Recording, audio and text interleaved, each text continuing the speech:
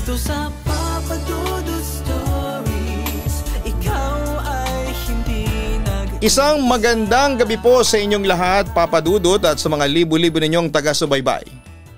Gusto ko po sanang i-share ang aking kwento. Sana'y mabasa po ninyo ito. Ako nga pala si Kiana, 26 years old sa ngayon at kasalukuyang nakatira sa Caloocan. Sisimulan ko na lamang ang kwento ko noong high school pa ako. May mga nagsasabi sa akin na above average naman ang itsura ko. Pero sa hindi malamang kadahilanan ay hindi ako pansinin o ligawin ng mga lalaki, lalo na sa school namin. Napapansin nyo ng mga kaibigan at kaklase ko, pero ako ay nagpe-pretend sa kanila na okay lang sa akin. Samantala isang close na pinsan ko ang pinagtanungan ko noon kung bakit hindi ako ligawin samantalang hindi naman ako pangit. Ang sabi niya sa akin ay baka daw sa personality ko ang problema. Para daw kasing nakaka-intimidate daw ang personality kong prangka at madaldal. Dahil doon ay sinubukan kong baguhin ang aking personality. Naging listener ako at hanggat maaari ay pinigilan kong maging taklesa. Kaso Papa Dudut, wala ding nangyari at sa halip na manliligaw, mga lalaking mapangasar ang lumalapit sa akin. Isa na doon si Alex. Ngunit isang araw ay tila ba bad mood si Alex noon at habang nagkwekwentuhan kami ng mga kaibigan kong sina Luna at Gab tungkol sa mga love life nila ay bigla na lamang itong naggalit sa amin. Ano ba? Ang iingay ninyong tatlo ha? Saway ni Alex sa amin. Ano bang pakialam mo ha Alex? Kumpronta ko sa lalaking yon. Ang ingay ninyo nakakaistorbo kayo sa nag-aaral. Walang chill na sagot ni Alex sa akin. Kung gusto mo sa tahimik na lugar, doon ka mag-aral sa library. Sarkastikong balik ko sa kanya. Pero hindi nagpapigil si Alex sa amin. Baka nakakalimutan ninyo. Classroom to, hindi palengke. Kaya kayo nandito sa loob ng classroom para mag-aral. Hindi para magtsismisan. Kung may kabuluhan sana, yung pag-uusap ninyo ay okay lang, kaso wala Puro na naman yung mga love life ninyo yung pinag-uusapan ninyo. Tila disgusted siya sa topic na pinag-uusapan namin ng mga kaibigan ko. Anong pakialam mo kung yun ang usapan namin? Kontrang banat naman ni Luna kay Alex. Yun nga wala namang kaming pakialam dyan sa love life ninyo. Pero binobroadcast ninyo sa buong klase. Hindi naman interesante. Nakakadagdag lang kayo sa noise pollution. Alam nyo ba yun ha? Palibasa kasi wala pa si Miss De La Cruz. Kaya ang dadaldal ninyo. Manahimik nga kayo dyan. Yun ang huling pagkompronta sa amin ni Alex dahil dumating na noon ang teacher namin. Papa Dudut, inis na inis ako noon kay Alex at sobrang nasira ang araw ko noon. Kaya noong matapos ang klase ay mag-isa na lamang akong umuwi. Ngunit nagulat ako nang bigla akong tinawag ni Alex at kinausap. Kiana, sorry kung nasigawan kita kanina ha. Sorry na rin kung madalas kitang asarin at kung minsan ay napapayak pa kita. Sinserong wika niya sa akin. Nagtaka naman ako sa pagbabago ng kanyang trato sa akin. Teka, bakit ka ba nagsosorry ng ganyan? Curious kong tanong sa kanya. Ang totoo niyan Kiana nagsisisi ako sa mga ginawa ko sa inyo noon. Ngayon ko lang nalaman na dapat noon ko pa in-appreciate ang kabaitan at kabutihan mo. Hindi kita dapat pinakitaan ng masama. I'm sorry talaga. Sana mapatawad mo ako. Wika niya sa akin. Napahinga naman ako ng maluwag at saka napangiti na rin dahil sa wakas ay narinig ko na ang gusto kong marinig sa kanya noon pa. Okay, pinapatawad na kita. Iyon ang naging desisyon ko. Papa Dudut, masungit dati sa akin si Alex. Ewan ko po ba pero sa kada buka ng bibig ko ay palagi na lamang siyang nagagalit sa akin. Minsan naman ay inaasar niya ako kung saan napapaiyak na lamang ako. Pero noong araw na yon ay biglang nagbago ang lahat. Bumait sa akin si Alex at hindi na siya katulad ng dati. Naging madalas ang aming pagsasama-sama at madalas din kaming magka-partners sa mga projects at reports. At sa mga oras na yon ay aaminin kong merong something sa amin ni Alex. Kaya hindi ko maiwasan at mapigilan na kiligin sa tuwing magkakasama kami. Samantala isang araw, nagkaroon ng inter-school competition sa basketball kung saan ay kasama si Alex sa pambatong team ng school namin. Siyempre todo cheer kami papadudot. Lalo na ako na panayang sigaw sa pangalan ni Alex. At mukha namang na-inspired si Alex sa cheering ko. Kaya nakailang 3-point shot siya ng game na yon. Uy guys, thank you sa support sa team natin kanina. Lalo tuloy kaming ginanahan sa laro. Wika sa amin ni Alex pagkatapos ng game. Naku wala yun Alex, obligasyon namin yon na suportahan ang school natin. Anyway, ang galing ninyo ha, congrats, bati ni Gab kay Alex. Salamat Gab. Pagkatapos noon ay bumaling sa akin si Alex. O ikaw Kiana, wala ka bang sasabihin? Tanong niya sa akin. Nagulat naman ako noon at sobra akong na-speechless habang nakatingin noon sa shirtless na si Alex. Ewan ko ba pero nakaramdam ako ng tingling sensation nang makita ko ang katawan niya samantalang lumapit sa akin si Alex at inakbayan ako. Ikaw ang inspirasyon ko Kiana. Sa totoo lang, halos pabulong niyang wika sa akin. Narinig naman yun ni Gab at napangisi sa akin. O bakit namumutla ka dyan Kiana? Inakbayan ka lang ni Alex. Tila pangaasar pa sa akin ang kaibigan kong Becky. Alex, ang galing mo sana panalunin mo pa yung school natin ha? Yun na lamang ang nasabi ko sa kanya. Oo naman basta manonood lang palagi yung ultimate inspiration ko. Nakangiting wika ni Alex sa akin pagkatapos ay lalo pa niya akong inakbayan palapit sa kanyang katawan. Narinig mo yun Kiana? Ikaw daw ang inspiration ni Alex. Pangaasar pa ng wika ni Gab sa akin. Naku Gab, huwag kang magsimula dyan. Baka ishoot kita sa basketball ring Saway ko sa kanya. Anyway, saan pala ang punta ninyo? Tanong ni Alex sa amin. Sa bahay ni Luna. Doon magka-practice ng cheer dance ang buong section natin. Inform ko sa kanya. Talaga? Nagpa-practice o tumatambay lang kayo doon para makipagkulitan? Hindi bale, handa naman ako makipagkulitan sa iyo Natatawang sagot niya sa akin. Ngunit sa hindi kalayuan ay may naispatan kami ni Alex na matang nakatitig sa amin mula sa hindi kalayuan. Si Enark, isa sa mga campus heartthrob sa amin. Tingnan mo si Enark Kiana, nakatingin na naman siya sa atin mula sa malayo. Mukhang hindi siya masaya sa nakita niya tayo Bulong sa akin ni Alex habang iniiwasan namin ng tingin si Enark. Di naman siguro tayo ang tinitingnan niya. Malay mo may tinatanaw lang. Kunwari sabi ko na lamang sa kanya. Mukhang may gusto sa'yo si Enark Kiana. Wika ni Alex sa akin. Ay naku, tigilan mo na yan. Pagsisimulan lang yan ng chismis. Pagpalag ko. Napahagikik naman si Alex sa reaksyon ko.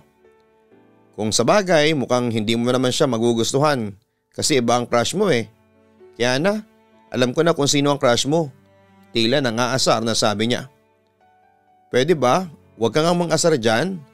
Ngunit hindi niya pinansin ang pagsaway ko sa kanya. Oh, huwag kang magalit sa akin. Sinabi ko lang sa iyo na alam ko na kung sino ang crush mo. Sa puntong yon ay hinarap ko na si Alex. At sino naman yon Aber? Ako, nakangiting sagot niya sa akin. Napalunok naman ako lalo na nang kindatan niya ako. Anong sabi mo, ikaw ang crush ko? Huwag kang assuming dyan. Wika ko sa kanya. Joke lang, nag-assume lang ako Kiana.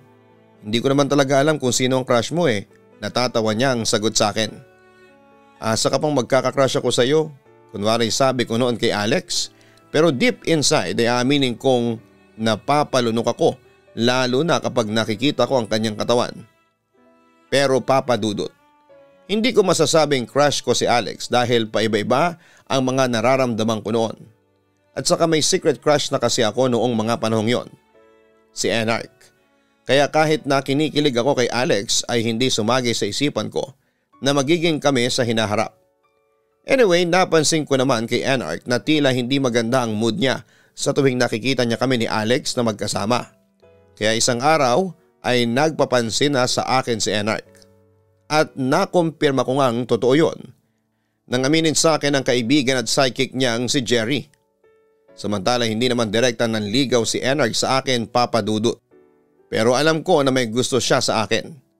Nagkakaroon kami ng pagkakataon ni Enark na magkasama at sa mga unexpected na pagkakataon ay pinagtatagpo kami ng tadhana.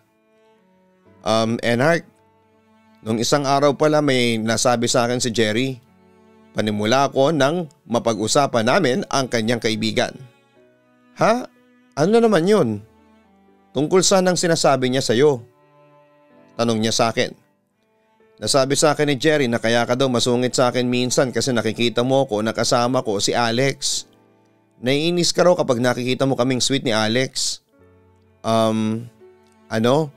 Si Alex ba ang dahilan kaya minsan ay iniisda mo ko? Diretsang tanong ko sa kanya. Tumango siya bilang sagot sa tanong ko.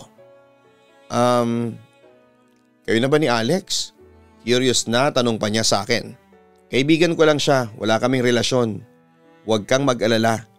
Iiwasan ko na si Alex para hindi ka na mainis sa akin. Paniniguro ko sa kanya. Kaya na may papakiusap sana ako sa iyo. Wika niya pagkatapos ay niyakap niya ako at hinalikan sa labi. Hindi ako pumalag noon at agad na bumigay ang aking pagkababae. Kaya na pakiusap kahit kailan huwag ka nang lalapit kay Alex. Nasasaktan kasi ako. Hindi ko alam ang gagawin ko sa tuwing nakikita kitang masaya sa piling niya. Pakiusap pa niya sa akin. Tumango lamang ako noon bilang response na gagawin ko ang kanyang pakiusap sa akin. Sa kabilang banda ay nagkaroon naman kami ng pagkakataon ni Alex na magkasabay isang maulan na araw. Kiana, namimiss ko to. Yung magkasama tayong dalawa. Neto kasing mga nagdaang buwan mukhang iniiwasan mo ako. Bakit Kiana? Tanong ni Alex sa akin. Napalingon lamang ako sa kanya noon ngunit hindi ako nakakibo nang makita ko ang sakit na dulot noon sa kanya. Bakit mo ginagawa sa akin yun? Alam mo ba na masakit sa akin yung ginagawa mo? Pagtatapat pa niya sa akin. I'm sorry Alex, wika ko na lamang sa kanya. Bakit ka ba umiiwas sa akin? Dahil ba sa hindi mo na ako crush at si Enark na ang crush mo ngayon? Diretsang question niya sa akin. Ha teka bakit mo naman nasabi yan? Sino bang may sabi sa'yo na crush kita? Sino din ang may sabi sa'yo na crush ko si Enark? Wait, wag mo sabihin sa akin na si Gab yung nagchismis sa'yo niyan. Tumango naman siya bilang tugon sa tanong ko. Oo, siya nga nagsabi. Huwag kang magalit kay Gab. Kiana, totoo ba? Wala ka na bang pagkagusto sa akin? I'm sorry pero kaibigan lang ang tingin ko sa'yo. Malungkot kong sagot sa kanya. Kung ganun pala wala akong pag-asa sa'yo. Buti pa si Enark. Ang suwerte naman niya. Tila pinipigilan ni Alex na bumuhos ang kanyang emosyon noong araw na yon. Ang mali ko ay umasa pa ako. Kakaiba kasi yung closeness natin. Kaya umasa ako na mahal mo din ako. Pero hindi pala. Sana pala hindi na ako umasa para hindi na ako nag-aksaya ng panahon. Pagkatapos noon ay nauna na siyang umalis sa gitna ng malakas na ulan. Papadudot doon ko na-realize na hindi si Alex ang tinitibok ng puso ko kundi si Enark kaya hindi ko na pinaasa pa si Alex. Si Enark naman ay nagsimula ng manligaw sa akin. At dahil sa unti-unti ko na siyang minahal kaya sinagot ko na rin siya. Hi Papa Dudut, sobrang saya ko nang maging kami ni Enark. At sa pagkakataong yon ay na-realize ko na masarap talagang magmahal. Papa Dudut, September 4, 2012 noong maging kami ni Enark. Kaya mga sumunod na araw ay parang paraiso sa amin dahil sa sobrang saya naming dalawa. Pero dahil sa nag-aaral pa kami noon at dahil sa kakatungtong pa lamang namin ng college ay sari-saring hamon ang ibinigay nito sa relasyon namin. Isa na roon ang pagkakalayo naming dalawa dahil sa Cebu mag-aaral si Enark habang sa Batangas naman ako nag-decide na mag-aral. Ikaw ha Kiana, hindi mo sinabi sa akin na kayo na pala ni Kuya ang sabi sa akin ng kapatid ni Enark at kaibigan kong si Mia. Hindi makakapaglihim sa akin yung kapatid kong yun. Nasabi na niya sa akin ang lahat na sinagot mo na siya bago kayo magkahiwalay sa Romblon. Pagpapatuloy niya. Okay ba naman ako sa iyo bilang girlfriend ng kuya mo? Usisa ako sa kanya. Oo naman, best friend kita eh. Perfect ka sa kuya ko. Tuwang-tuwa naman si Mia sa akin. Namimiss ko na si Enark. Ilang buwan din kaming hindi nagkita, ang sabi ko sa kanya. Hindi ko maitago ang lungkot ko ng mga oras na yon. Pero kagabi nag-text sa akin si Enark na nasa barko na raw siya at pauwi na. Mia, gusto ko nang makita ang boyfriend ko. Nakita ko naman ang pagngisi ni Mia sa akin. Huwag kang mag-alala, makikita mo rin si kuya. Malay mo makita mo siya dito. Makahulugang sabi niya sa akin. Kiana, tawag sa akin ng isang pamilyar na boses ng isang lalaki. Kaya dali-dali ako lumingon at nakita ko doon si Enark. Nakangiti at tila masaya siya na makita ako, Papa Dudut. Dahil naman sa sobrang kasabikan ay napatakbo ako palapit sa kanya at napayakap ng mahigpit. Yumakap din sa akin ang boyfriend ko. Namiss kita. Ikaw ha? Madalang ka na mag-text o tumawag man lang sa akin. Sa totoo lang malapit na ako magtampo sa iyo. Ang sabi ko noon sa kanya. Pasensya na Kiana. Kailangan ko lang kasing mag-focus sa pag-aaral ko. Si Tito kasi pinipressure ako pero hindi bale. Sa susunod kong balik sa Cebu gagawin ko ang lahat para hindi mawala ang communication natin.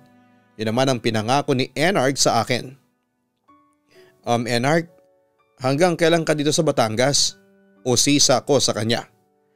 4 na araw lang ako dito. Sagot niya habang bakas ko sa kanyang mukha ang kalungkutan. Ano ibig sabihin 4 na araw lang kitang makakasama? Tila nalungkot din ako sa aking narinig kaya gano'n na lamang ang aking reaksyon. Kailangan ko pa kasing pumunta ng Romblon para bisitahin ang mga magulang ko. Napatangol lamang ako sa kanyang sinabi sa akin. Huwag kang mag-alala. Naiintindihan ko. Maya-maya sabi ko pa sa kanya. Alam ko na pareho tayong busy sa mga pag-aaral natin pero sana naman magkaroon naman tayo kahit na kaunting oras man lang para sa relasyon natin. Enark, maasahan ba kita? Tanong ko. Oo Kiana, paniniguro niya sa akin. Hanggat nandito ako sasamantalahin na natin ang pagkakataon na magkasama tayong dalawa. Papa Dudut, hinarap namin ni Enark ang lahat ng hamon na yon sa relasyon namin.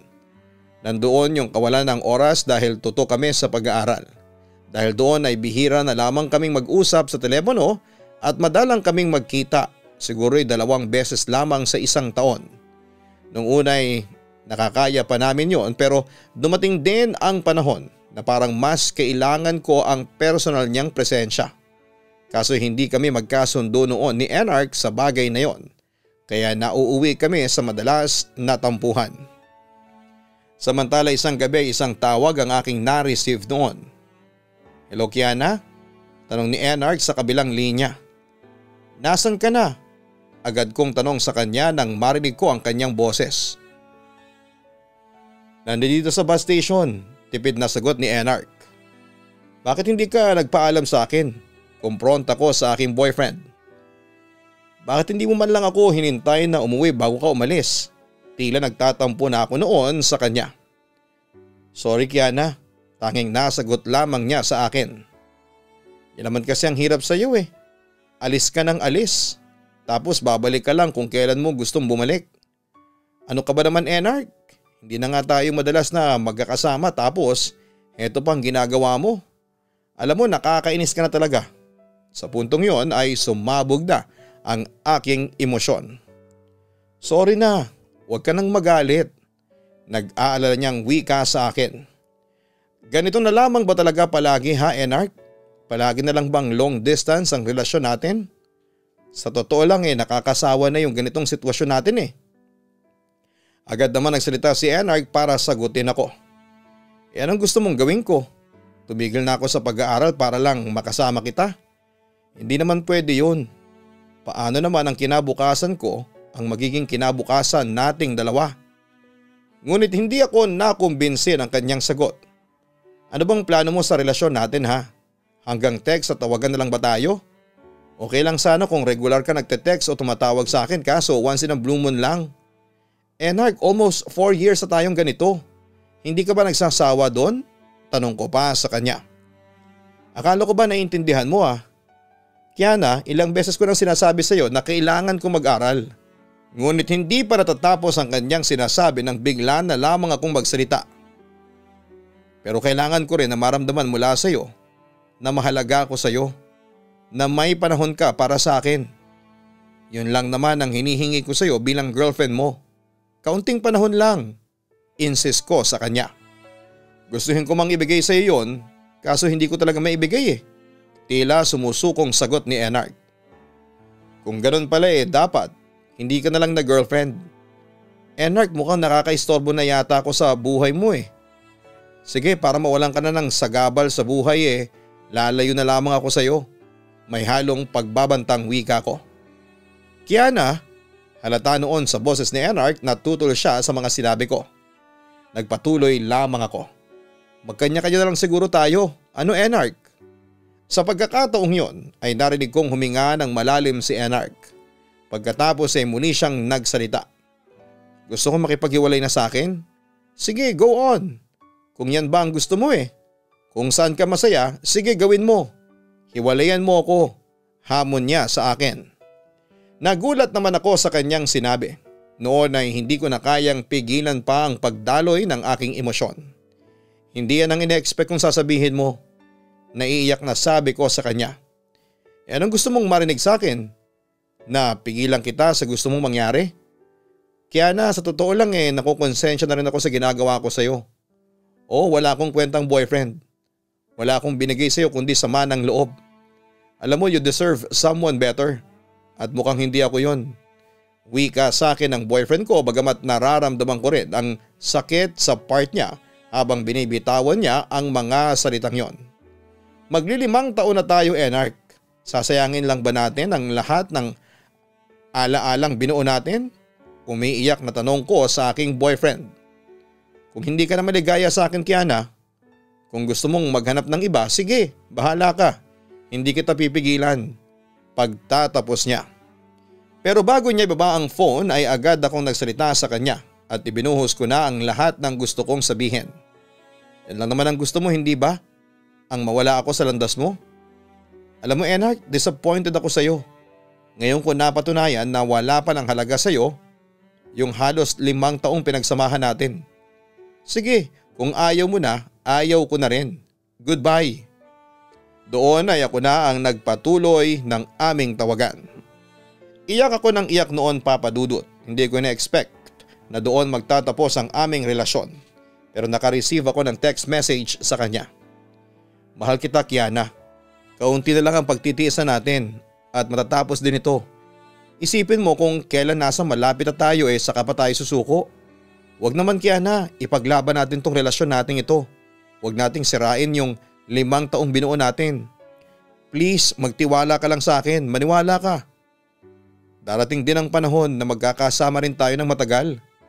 Kiana, hindi ako magsasawang banggitin sa iyo na mahal kita. Kaya huwag ka na magtampo sa akin. Yun ang mahabang text message niya sa akin. Pagkatapos noon ay may dumating pang pahabol na text message mula kay Enark. Basta Kiana, tandaan mo to. Pangako, babalikan kita. Yon ang nakasaad sa mensahe niyang yon. Papadudot lumipas sa mga taon at away bati ang eksena sa amin ni Enark. At dahil nga sa kawalan niya ng panahon kaya unti-unti nang nawala ang pagmamahal ko. At natuto akong mangaliwa. Oo Papadudot, naging 2-timer ako. Lahat ng mga hindi maibigay sa akin ni Enark ay hiningi ko sa boyfriend kong panakipbutas. Pero dumating din ang panahon na tuluyan ng nanamlay ang relasyon namin ni Enark na nauwi sa isang masakit na eksena. Wala akong kalam-alam habang nilalambing ako ng aking second boyfriend ay may matang nagmamasid na pala sa amin. Pagkatapos muli akong nakatanggap ng tawag mula kay Enark at nakikiusap siya sa akin na magkita kaming dalawa. Agad ko naman siyang pinuntahan at doon nalaman ko ang katotohanan. Siya na ba ang mahal mo? Siya na ba ang pinalit mo sa akin? Tanong niya sa akin. Ngunit hindi pa ako nagsasalita nang muli siyang magpatuloy. Kaya pala bigla mo na lang akong iniwan. Yun pala ay dahil sa kanya. Kiana, bakit hindi mo sinabi yon sa akin? Bakit mo ako pinaglilihiman? Kiana, bakit mo ako niloko?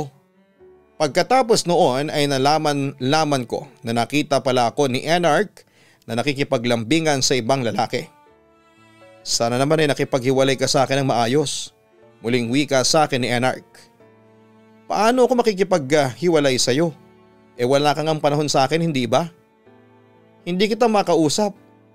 Kahit man lang sa text binabaliwala mo ko. Sige nga, paano ko sasabihin sa iyo yun? Yun naman ang naging sagot ko. 5 taon, Kiana, 5 taon. Lahat ng yun ay tinapon mo lang ng basta-basta. Umiiyak na sagot sa akin ni Enark. Ikaw rin naman ang may kasalanan nun eh. Sino ba sa atin ang nagpabaya? Hindi ba't ikaw? Enark, sinikap ko naman na unawain ka kaso ikaw na rin mismo ang may problema. Tingnan mo, minsan na nga lang tayong mag-usap sa phone pero nagbabangayan pa tayo. Balik ko naman sa kanya. Paano hindi tayo magbabangayan? Ang hirap mong umintindi. Katwiran niya. Na agad ko namang kinontra. Ako mahirap umintindi? Enark, sa loob ng 5 taon inintindi kita. Pinagpapasensyahan kita sa kawalan mo ng malasakit sa relasyon natin. For 5 long years, ako ang nagdala ng relasyon natin. Ikaw, anong ginawa mo? Pinabayaan mo ko. Sinaktan mo lang ang kalooban ko. Makasarili ka kasi. Sarili mo lang ang iniisip mo. Hindi mo iniisip kung ano ang maaaring maramdaman ko sa mga pambabaliwalang ginawa mo sa akin. Sa totoo lang, Enark, nasasaktan ako sa katotohanan, sagaba lang ako sa buhay mo. Nahadlang ako sa mga pangarap mo. Kaya heto, ako na mismo ang sumuko. Hindi ko na kasi kaya. Sa puntong yon ay hindi ko na napigilang dumaloy ang luha sa aking mga mata. Pero sana sinabi mo pa rin sa akin kung ayaw mo na. Hindi yung ganito. Kaya na oo, maaaring nagkulang ako sa iyo. Pero hindi sapat na dahilan yon para lokohin mo ko. Ramdam na ramdam ko ang sakit sa part ni Enark habang binabanggit niya ang mga salitang yon. Ngayong alam mo na ang dahilan kaya ako umiiwas sa iyo. Dapat na sigurong magkaroon na ng closure tong relasyon natin. Sagot ko na lamang sa kanya. Ganoon na lang kadali sa iyo makipaghiwalay kasi nakahanap ka na ng kapalit ko? May hinanakit niyang sabi sa akin. Maghiwalay na tayo. Tapos ang usapan. Pagtatapos ko. Papa Dudut, naging masakit ang hiwalayan naming yon pero minabuti kong mag-move on. And to make the story short, naka-move on din ako. Samantala naging mabuting magkaibigan naman kami ni Enark na nooy may iba ng girlfriend. Ako rin ay may bagong boyfriend na rin ng mga panahong yon. Sa kabilang banda, nag-concentrate ako sa career ko bilang teacher at heto masaya naman ako. Sa ngayon ay may anak na ako at happily married na rin. Naging ninong sina Enark at Alex sa panganay ko. In good terms na kami at tinatawanan na lamang namin ang mga nangyari sa amin dati. Papa Dudut, heto lamang ang istoryang maibabahagi ko. Sana'y mabasa niyo po ito at sa mga listeners dyan makapagbigay sana ito ng katiting na inspirasyon. Lalo na sa mga naging ex ninyo na posibleng maging kaibigan nyo. At ang bottom line dito, matutong magpatawad sa mga nagkasala sa inyo. Muli maraming salamat at abangan ko ang kwento ko sa Papa Dudut Stories. Lubos na nagpapasalamat, Kiana. Maraming salamat, Kiana, sa pagbabahagi ng iyong kwento. Aminin natin na nagkamali ka sa pagtututay mo kay Enark. Although sabihin na natin may pagkakamali din siya dahil sa kawalan niya ng oras sa relasyon ninyo. Hindi pa rin yon reason para lokohin siya. Sana bago ka pumasok sa bagong relasyon ay nakipaghiwalay ka muna sa kanya nang sa ganon ay hindi nasaktan ng ganon ang damdamin ng ex-boyfriend mo. Anyway, na-realize mo rin naman ang iyong pagkakamali at sa ngayon ay in good terms na kayo ni Enark at na-realize ninyong pareho na you are better off as magkakaibigan na lamang. Basta mga ka-online, tandaan natin na mali ang pamamangka sa dalawang ilog. Mamili ka sa dalawa kung sino sa kanila ang tunay mong mahal. At sa maiiwan, maayos kang makipaghiwalay sa kanya at huwag mo na siyang paasahin pa. Magandang may closure ang lahat para madali kayong makarecover at makapag-move on. Sa lahat po ng mga nanonood ngayon, napansin po ni Papa Dudut na karamihan sa inyo ay hindi pa nakasubscribe. Ano pang hinihintay ninyo? Pindutin na po ang notification bell at subscribe button. Maraming salamat po sa inyong lahat. Ang buhay ay mahiwaga, laging may lungkot at saya. Sa Papa Dudut Stories, laging may karamay ka.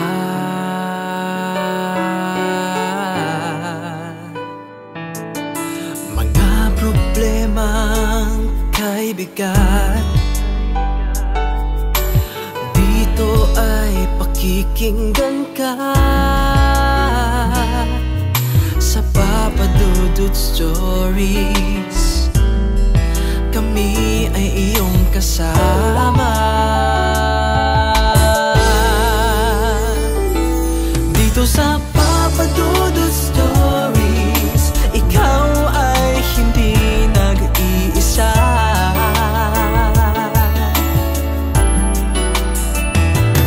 Dito sa Papa Dudut Stories, may nagmamahal sa'yo.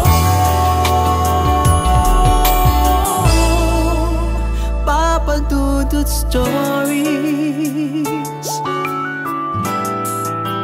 Papa Dudut Stories,